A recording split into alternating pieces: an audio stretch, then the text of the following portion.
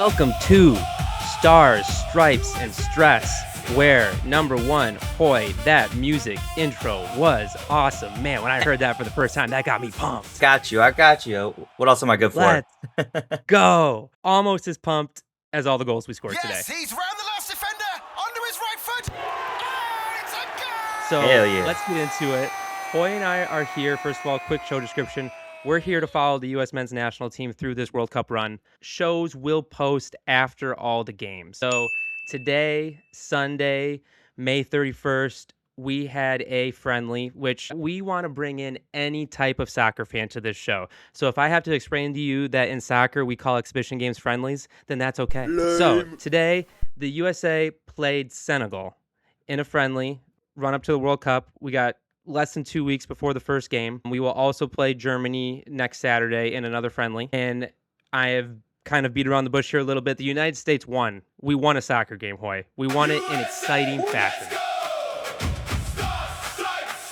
World Cup, here we go! Let's go. It was... So we recorded a little bit yesterday, and I recorded a little, whatever you want to call it, I recorded a little promo at the very end of our show. And one of the things I talked about was, if you wonder why the U.S. never scores goals, this show is for you. And we got some goals. And we got some goals taken away. Yeah, it was a well-officiated game, just through and through. Good, that was a test. You passed. We are trying not to be biased. I'm trying not to be super biased, so trying to watch these games with like a very pro referee. No, that's actually nice. So we will say, we'll all cards on the table. Hoy is what if we were going to give it a percentage? Are you 60% Korea, 40% United States as a fan? Is that too much? I'd say that's one way about or the right. other. Yeah. That's about right. Yeah. Yep. Okay. That's fair, and we will allow that. And like you said, that brings an unbiased opinion a little bit to this, because I am 100 gajillion% United States, as you can see by the hat I bought today. Quickly, let's get into the game. I'm going to run this very similar to how we did the Bad Boys podcast, where we're going to have game notes, and I'm going to get into the lineups here first and what we saw from that. Like I've been saying, I want this podcast, I want this show to be for everybody. So let's just start by introducing the team. Quick note, in soccer, they call it the starting 11, and you'll see Roman numerals most of the time on the graphic. Matt Turner, goalkeeper, plays his club here in the United States in the MLS for New England, has been our goalie in past World Cups. Solid, nothing to write home about, not going to win goalie of the tournament. Solid. Mark McKenzie, defensive back, French League. Did not know anything about him before the game. I thought he looked good. I'll have to look at in soccer, they give actual ratings at the end of the game to everybody. They just give each player a rating out of 10. The problem is, this was a friendly. There was 9 substitutions at halftime. We can get into soccer rules and how once the World Cup really starts, we're only going to get 3 subs, and that's actually really part of the strategy, and that's really big part of the game, is that you don't just get to sub like a lot of other sports. Like you're in, brother. This is it. So we probably won't be able to get the game ratings. They won't reflect what they're going to reflect once the tournament starts. But either way, back to the team. Tim Ream, captain, big guy, imposing force, not the most fleet of foot. I'm going to have a game note in here where he takes a guy one-on-one, and I think that could be the last time I need to see him take a guy one-on-one. Let's just, when the ball gets to him, let's just keep him moving. He's in the back line again, and pretty much everybody else on this team, you're going to, if you were to look up their height and weight, this is not like football or basketball. We're not talking well over 6 foot, like 200 pounds even. Like, you're going to see Christian Pulisic run around at about 150 pounds. That's what these guys are. And that's okay. We have a team a little bit more built on speed and finesse rather than power, which might be a little anti-America, but that's what we got. And I bring all that up because Tim Ream is kind of the one guy that is not that. He's got some beef to him. Sorry, I buried the lead a little bit. The United States, like I said, they scored a few goals. They played what some would call a 3-4-3. 3 defenders, 4 midfielders, 3 forwards. The way I saw it play more, it was 3 across the back, kind of 2 holding mids, then more 2, wingers, and then they really did try to keep Pepe up top. So it was, I guess you could call it a 3-4-3. So Alex Freeman was the other defender, plays in La Liga, which is the Spanish league. And, if some people haven't been following this national team very closely, a lot of these guys do play in the top leagues across the world. They might not play on the top team. There are, we don't have anybody who plays for Arsenal or plays for PSG, who just won the Champions League yesterday or whatever it was. But we do have guys that play in the top leagues. Tyler Adams plays in the English Premier League. He had a really good game today, is a central midfielder for us, along with Sebastian Berhalter, who plays in the MLS for the Vancouver Whitecaps. Tyler and Sebastian might be our starting midfielders as the tournament goes on. The other guy that isn't in this starting 11 that I think is interesting is Weston McKennie. Was one of the guys off the bench that you will definitely see him start a game, maybe two. Other than that, I do think you saw a starting lineup that you'll see to kick off the World Cup and one that will lean on through this tournament. So now to more of the attacking side. So Anthony Robinson was out on the outside. He also plays in the English Premier League. And then probably one of the more popular names, sorry, I think I just butchered his first name, but Dest plays in the Netherlands now. He played for Barcelona for a little bit, so he's been around a little bit in the just Europe in general. I think he's like 27 now. This is his second World Cup. One of the guys we're going to lean on. Dest scores the first goal in the game. Big time player for us. Ricardo Pepe also plays in the Netherlands with Dest. He was our central forward today. We used him a lot. Nothing like Christian Pulisic. You're going to see in the game notes that it was all Pulisic today in the first half, but a big part of the offense, and I do think he'll play a majority of the time up in that central forward position. Christian Pulisic. USA, let's go! Start, stress, World Cup! His name I've mentioned 3 or 4 times, rightfully so. Plays for AC Milan in Series A in Italy. And then the last one, Giovanni Reina, who was pretty controversial in the last World Cup with the whole his parents were complaining to the coach that he wasn't getting playing time, which felt like a very youth soccer. What did you say? Just storyline that we had running rampant through our team through the last World Cup. He looked fine today. I'm assuming he'll be in and out of the starting lineup. He won't play maybe every minute of every game. But he looked good. And so that's the starting 11 for us, plus Weston McKennie. I think that'll be names that you're going to get used to, hopefully, as this tournament goes on. All right, let's get into the game notes. So, like I said, the United States won 3-2. Very first note I have in the game. Well, actually, before I get into the first note, Hoy, let me bring you in here and ask, how did you watch the game? What streaming service, what platform? Was it illegal? Was it legal? How did you watch the game? So I have Peacock, so I watched it on Peacock, but I had to listen to it in Spanish. So there was no English broadcasting for me. But yeah, I had Joa napping on me, so I actually watched the whole game and I just turned the whole audio off. I was like, screw it. I don't even need it. Ditto. Like, what was the other solutions? Like, we're gonna need something in the comments here. So if you went on ESPN, which is what I've done my whole life, immediately below the game time, it always says what channels the game's on, and it said it was on. It didn't say Peacock. What did it say it was on? It said it was on TNT. It said it was on TNT, and so you go to TNT, and I love the French Open. Been watching Roland Garros all for the past week or so. But that was all that was on TNT. I even went as far as to download the TNT app to try to get, because like they have like alternate, maybe like TNT BA. I don't know. That's ridiculous. And so then I just started clicking around and Googling. And like you said, I ended up figuring out that you could watch the Spanish broadcast on Peacock. And so I guess I'm assuming most of the world, that's what they did. Yeah. And if you need external sources, just hit me up on the side. I got you. DM Hoy for that. I don't think we're supposed to be saying that. Hit us up in the comments. We got you. Let's get back to the game notes. 3rd minute, another quick soccer teaching moment. If there is 2 minutes and 30 seconds on the game clock, that means we're in the 3rd minute. You just round up. That's just how they talk about soccer. So when I say 3rd minute, it was sometime in the 2 minute range on the clock. So again, just quick soccer note. 3rd minute, Christian Pulisic has his first dangerous moment attacking from the left side. It seems like that's what we'll be looking to do. He sends a beautiful cross across, completely untouched. And actually, before that, I don't have this written down, but multiple times you saw off the kickoff, the United States kicked it straight out of bounds into the corner. So not a goal kick, but they allowed Senegal to get a throw in from basically their own corner. Did you see that, Hoy? Yep. And what were your thoughts on just that specifically? Have you seen that before as a strategy? I mean, usually when you see teams do that, it's because they're confident that they can pressure the ball, and that's what they're coming out the gate to do. And that's something I think USA really wanted to send a message across, like, "Hey, we're pushing up on you guys, and we're going to keep you guys in your half of the field." I agree. And I liked it. It felt a little United Statesy. Like I said, we're not the most powerful team, but it was a little boot it and go get it, which is a little bit of like a youth strategy that, like the Italians and the Spanish and the French are probably going to look at us and scoff at that a little bit. But it worked for us today. And I liked it, and it produced a lot of scoring chances. And you're going to see that here in the game notes. So, yeah, I wanted to bring that up. I thought that was cool. Next note was just Tyler Adams will be a big part of the offense.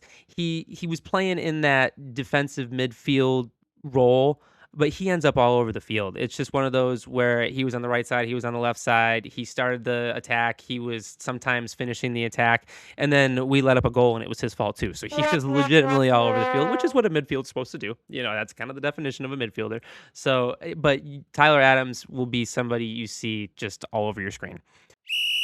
7th minute, again, Christian Pulisic down the left side, gets loose again. This time he hits Dest open in front of the goal. Easy finish. First goal, United States. We're up 1-0. I'm jumping in my living room. Boy. World Cup, here we go. Absolute beautiful cross too. Absolute beautiful cross. But more impressive than that, though, I thought the through ball to him, because there was a play on the sideline that gave him a really good through ball that helped him get that breakaway. I thought that was a beautiful ball that just led to that There's drive. nothing like a soccer goal. I was thinking that right after the first goal, how excited I got. It's just the home run's not the same. Like even basketball, there's not anything that's quite equivalent. Like across, I mean, hockey's gonna obviously have, but there's just more goals in hockey too. Is just the thing. They average probably another goal and a half a game than you do in soccer. Mhm. There is just something about a soccer goal. Oh my god, it gets you going. It's awesome. Next note I have is the Spanish announcer yelled for 24.7 seconds after the goal. He was World Cup ready. My man. That is what's great about those international broadcasts is they go hard for those goals. He is World Cup ready. There's a couple more. There was 5 goals this game. He takes a couple, I really studied this. He takes a couple breaths in the other ones, in the subsequent ones, and they're actually less. He was ready for this first one. And thank goodness it didn't get taken away, because we had a couple goals that you're going to see get taken away, but this one stood and he gave it to us. And that's when, you're listening to the Spanish broadcast and you're like, all right, this is fun. As much as I love Jim Nantz and Mike Tirico, they don't give me this. Mike Breen a little, maybe Mike Breen's bang, but if Mike Breen's bang is not 24.7 seconds It should be. It should be. that would be awesome. All right, back to the game notes. 16th minute, Senegal gets their first good look. They blow it right over the net. I mean, it could have easily been 1-1 at that point. And they didn't, early on, they didn't get a ton of looks. We dominated the first half before we subbed. But that was one that could have easily been a goal. 22nd minute, Tim Ream tries to get involved in the attack. I didn't like any part of it. Like I said during the lineup introductions, we just need him to be solid with no turnovers. I don't need anything extra from Tim Ream, from Captain Ream. Like his strength, like what he's bringing. Don't need any creativity. Just be a robot out there, buddy. Just keep it moving. That's all right. 23rd minute, heat timeout. So I think you're going to see that a lot throughout this World Cup. I guess it's hot. It's hotter than it usually is in May, early June. A lot of these games are going to be outdoors. I guess if it's indoors, probably won't see this. But halfway through each half, there was a quick heat break, like 3-4 minutes. You saw the broadcast go to coach with the iPad, and you saw him struggle with the iPad, and it was like, oh no, this isn't doing coach any favors. It just visually, like if you're looking for like strength, watching your coach try to navigate an iPad during the timeout. Oh, yikes! Did you see that? Yeah, but that was actually one of my questions. Is I mean, like obviously there's no like timeouts or breaks normally in a soccer game. Now, is this going to be allowed in the actual World Cup? Like, are they going to have heat breaks or hydration breaks or whatever that you want to call it? So just shooting from the hip, I'm guessing if the game's outside and, there's probably a temperature that we should know. I'm guessing it's close to 90 degrees. Maybe it's in the mid 80s or something like that. If at game time, or if I'm sure there's a fifth official or whatever, fourth official on the sideline that's got like a, whatever, that's got the temperature.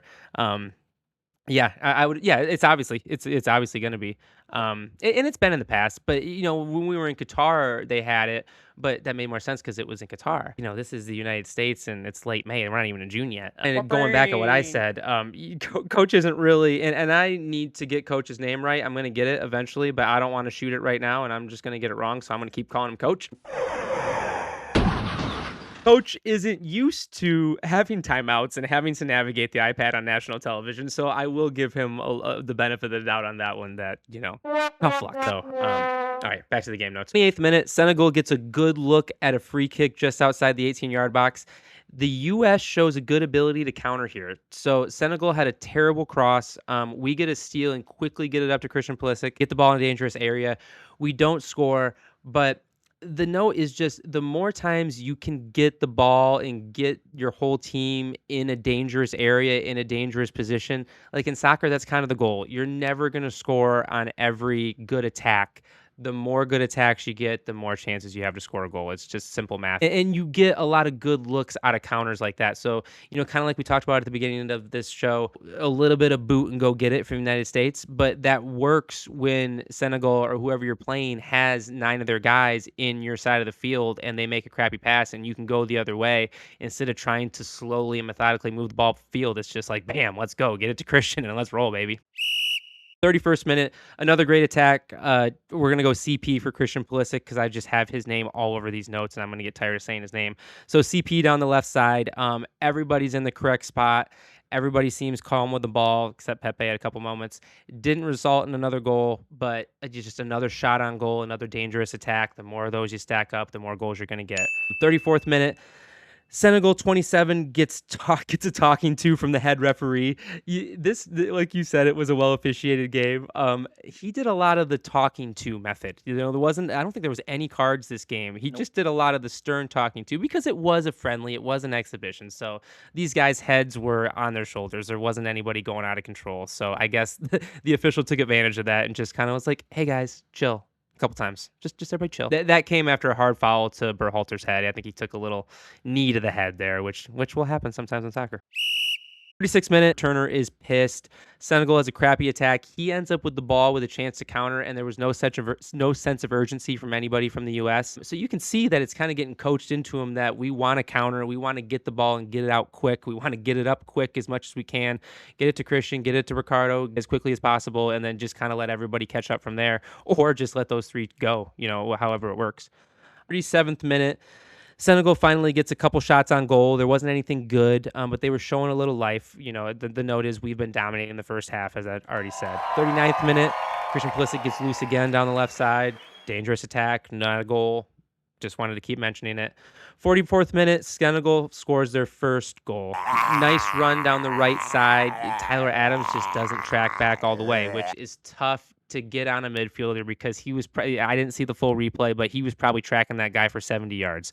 And the guy got a half a yard on him at the right moment. But it just sucks, to win a World Cup. You can't miss on these little things. And Tyler had a great game, but he didn't track all the way on that one. And then it was just a good finish. I don't really think Turner could have done much on their first goal.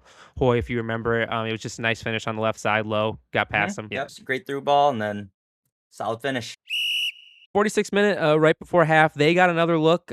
This time, Tyler Adams physically blew up the guy on the backside. The official was focused on the ball and didn't see it. You'll see this a lot where defenders in soccer, they intentionally play too aggressive with the idea where if they call a foul, it's not a big deal because everybody else can get back and we can reset our defense, and that's fine.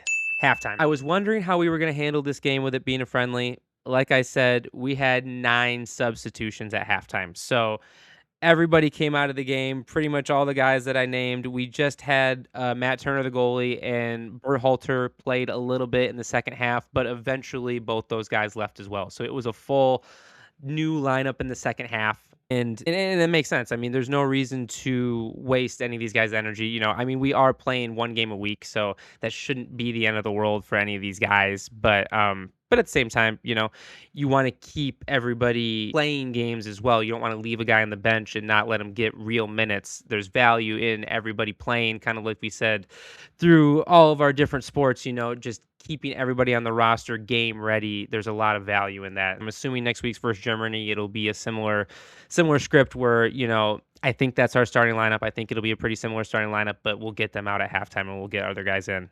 Any thoughts on the strategy or anything from the first half that I missed, Toy? First half, I would say just overall, a lot of pressure from the front line of USA. Anytime the ball got into the Senegal backfield, they just pressed up on them and really challenged it, creating a lot of opportunities. They switched the ball very well, I thought, in the first half, which kind of put Senegal in like situations where like the wings would have one-on-ones and they would just burn through them, or they'd even catch the defense sleeping. So I thought that was brilliant, just decision making on that on the team's part. Oh yeah, no, I agree with everything you're saying. And I was just looking through my notes. I'm like, shoot, I missed the Christian Pulisic goal in the first half. He scored in the 20th minute.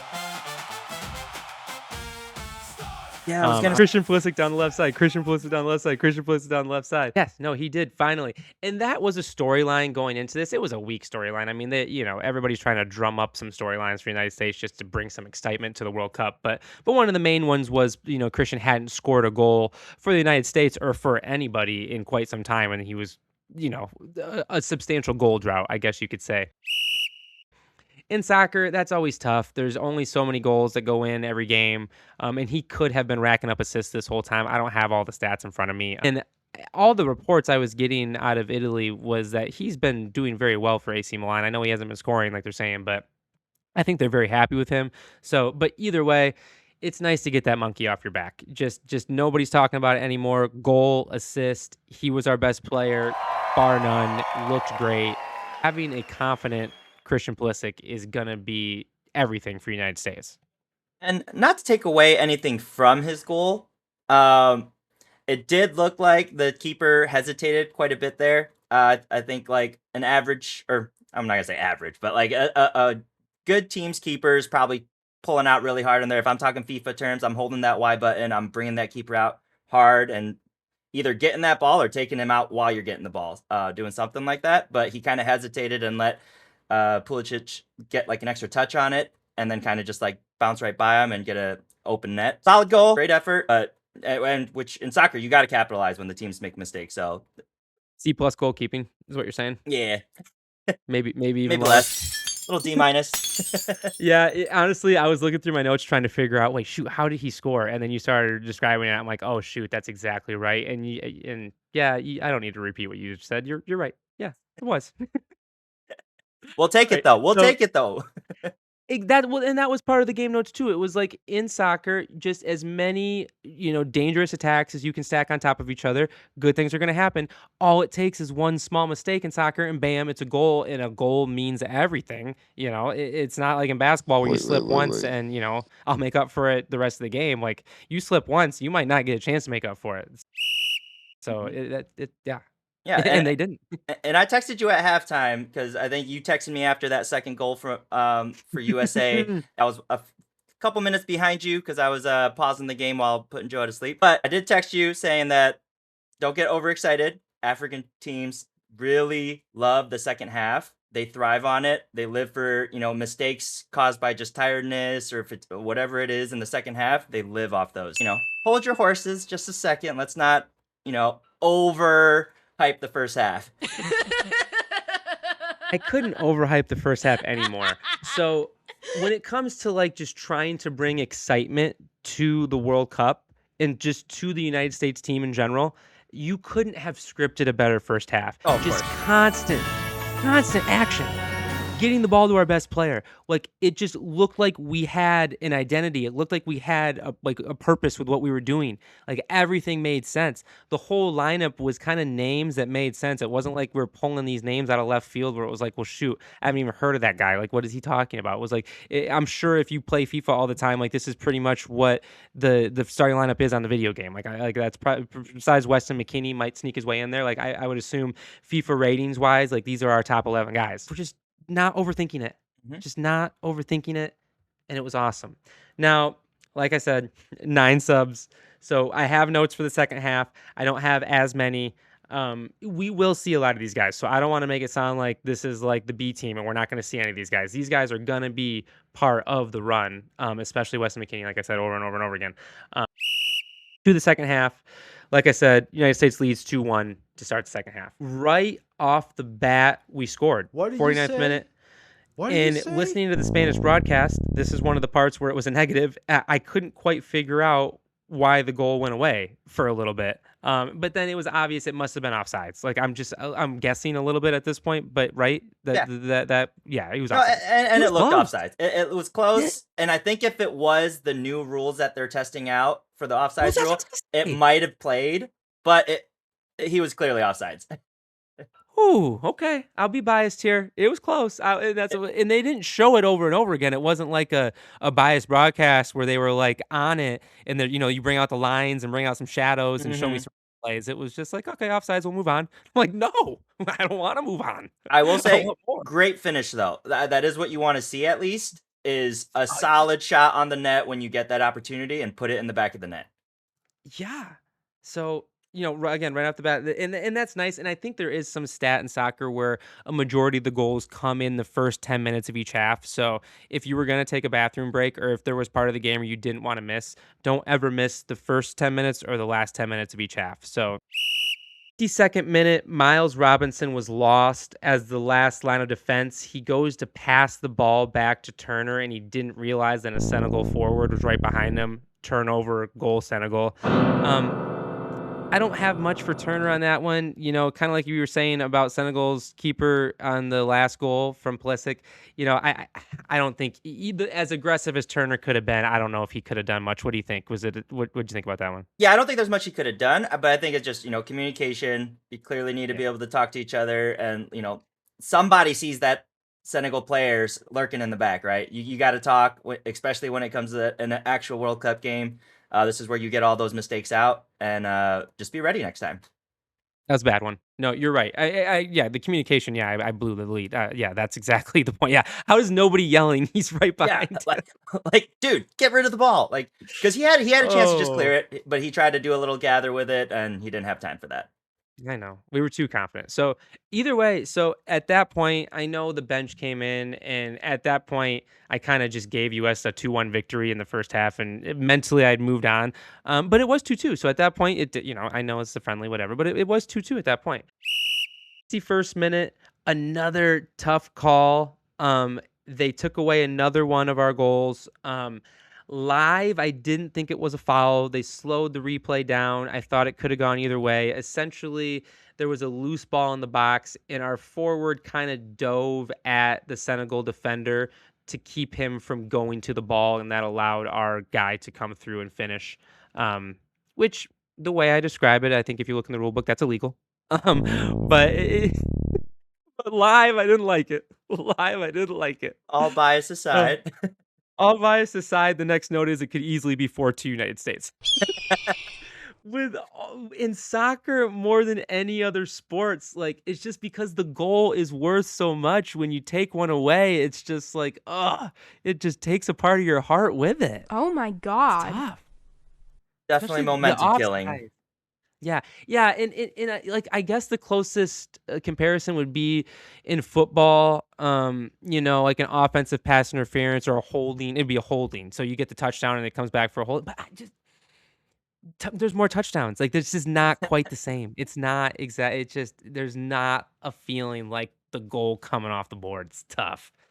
63rd minute, the note says, "Can't take this one away."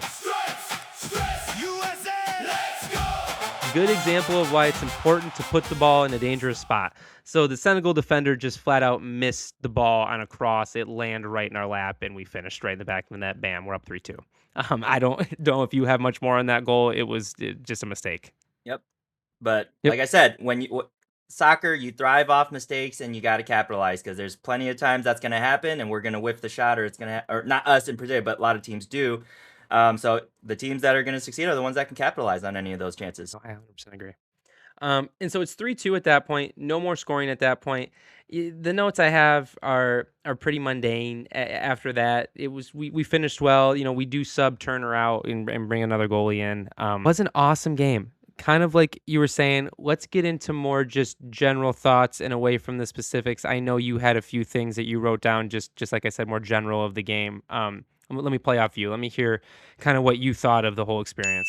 So just in general, even with our second half having our whole sub in, I thought the game plan that we had was phenomenal. A lot of get the ball in the corner and get a good cross in. A lot of transitional play where we were really aggressive. As soon as we got the ball and we knew they were a little out of position, we played the ball out to one of the wings, and we really pressed on them and really tried to capitalize on those type of opportunities. Uh, One thing I didn't see in the past too much from USA is a lot of one-touch finishes, and I saw a lot of those. Like on through balls in the past, we were notorious for try to get an extra touch for a better shot position. But in soccer, kind of like in hockey, you got to get those one-touch finishes off, and we really did a good job on that today. I a million percent agree that it's a confidence thing. I do think, and like you said, a mindset and a confidence thing. Like when you and Messi's a great example. One of the greatest ever, probably the greatest ever. When he gets an open look, he takes it. Like it's not, if it's 25 hour, wherever he's at, if he gets an open look, he just takes it. It's why the guy's got a lot of goals.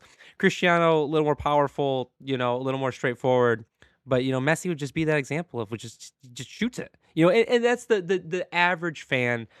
The number one thing they yell at their TV when they're watching a soccer game is what? Shoot it. Shoot it. Shoot it. You look Shoot it. you look open. Shoot the ball. Shoot it. Shoot the ball. And I think to your point, we shot it, right? Is that Yeah. kind of what you're saying? Yeah. Yeah. I think we had 17, 16 shots. Oh And my gosh, I was it think, that many? yeah, I think we had 7 or 8 on goal. So I think, or it might have been Oh, right around that. that's So great. So I'm supposed to. So that's something I did in the Bad Boys that we should do here is just box score updates, which in soccer it doesn't have much. yeah, and I honestly don't even know I where you're think getting them. possession wise, first half we were pretty dominant.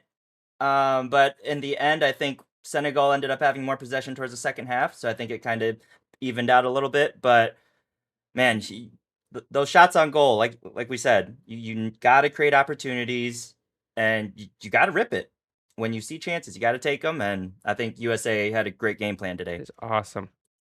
Yeah, and I'm gonna get better at figuring out what statistics we should look at and what statistics matter, and we'll be ready for when the tournament actually starts. Because I'm looking at ESPN right now, and they have nothing. Like this is garbage. This is the most garbage box score I've ever seen. So we're gonna have to figure out another method for this. Yeah, I think to your get some. best bet is either like the actual FIFA website or Forget where okay. rewatch the broadcast and just go to when the actual analysts are talking, because I feel like they always put up the actual stats. That's what I mean, because I was talking about game scores for each guy, and I can't. They have nothing here. So ESPN fail. You failed on telling me where the game was. Well, I guess everybody failed on broadcasting this game. Yeah, and ESPN's not going to do it for almost any friendlies. So I think once the actual World Cup starts, you'll probably start getting more of the actual statistics. But yeah, right now we're just shooting from the hip. So I will say my 4-year-old daughter liked the jerseys. So it was very easy for her to say, go white team. We got some USA chants going. We got, you see the hat. I got some little flags for the house. I got some stickers for the windows. Got some decals. We all got shirts. So we're ready. Scene Family is ready for this run. Yeah, let's go. Anything else that I missed? Anything major that we should be hitting here? I had just a general question. Okay. Do you think, not necessarily just the US, but natively English speaking countries have a slight disadvantage because they can't understand, they most likely won't understand what the other team is saying, but most of the other teams probably understand what you're saying? It's a real thought I had, because I'm Korean and I know all the Koreans on that team understand English. They just have no idea how to speak it. But if you flip the script, Americans have no idea how to understand Korean or speak it or whatever. So you know what I mean? Is there a slight advantage of just being able to oh, hey, we hear they're gonna kick it to the corner, or do this, or do that, or trap, or something like that. So the bad joke that I'm not gonna make is that a majority of these guys probably first language isn't English. You're saying on the U.S. team. On the US team, yeah. All right, fair. There we go then. So, yeah, I didn't wanna we could save that for a rainy day. Our roster is our roster. In And it looks good. international sports teams, it's in basketball now too. The World Baseball Classic, we talked about it on the show that everybody in the World Baseball Classic played professionally in Major League Mm. Baseball. So they were looking for grandmas that were from Italy for that team. They were really stressing. I'm not saying that that exactly happened with us, but there's a few. But CP ain't one of them. Uh, Born here. Born and raised. Born and raised. Well, until he was Uh, good enough and we had to send him to Europe to get better, but you know. Raised. Born and mostly raised. We'll say mostly raised. Mostly raised. I think he Uh, skipped the MLS. I don't think he ever spent a day in the MLS. I could be wrong about that and just totally embarrass the podcast, but it doesn't really matter because we're not that serious. We're here for the fun of it, people. So, what else you got? I'm um, I'm winding down here. from an average viewer, I gotta ask. So I was looking at our group. We obviously got Paraguay and Oh yeah. Australia, right? Mhm. I, I'm not gonna claim to be a geography contest champion, but who the heck is Turkey? Oh no, I'm gonna kill you on this one. It's just Turkey, right? Is it? I mean, you don't you, Yeah. you don't So even sound confident. no, well, so I assumed I was right. I guess it's one of those, you know how that goes. That gets you in a lot of trouble.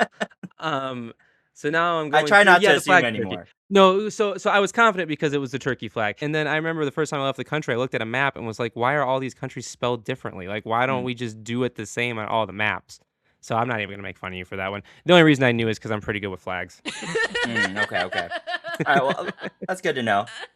Um, Yeah. all right. Well, So they I should guess be to a play promise. off Yeah. So to play off the group a little bit, we are the highest rated FIFA, in the FIFA rankings. I think the United States is in the high teens. I think we're like 18 or something like that, 17. But that is the highest in our group.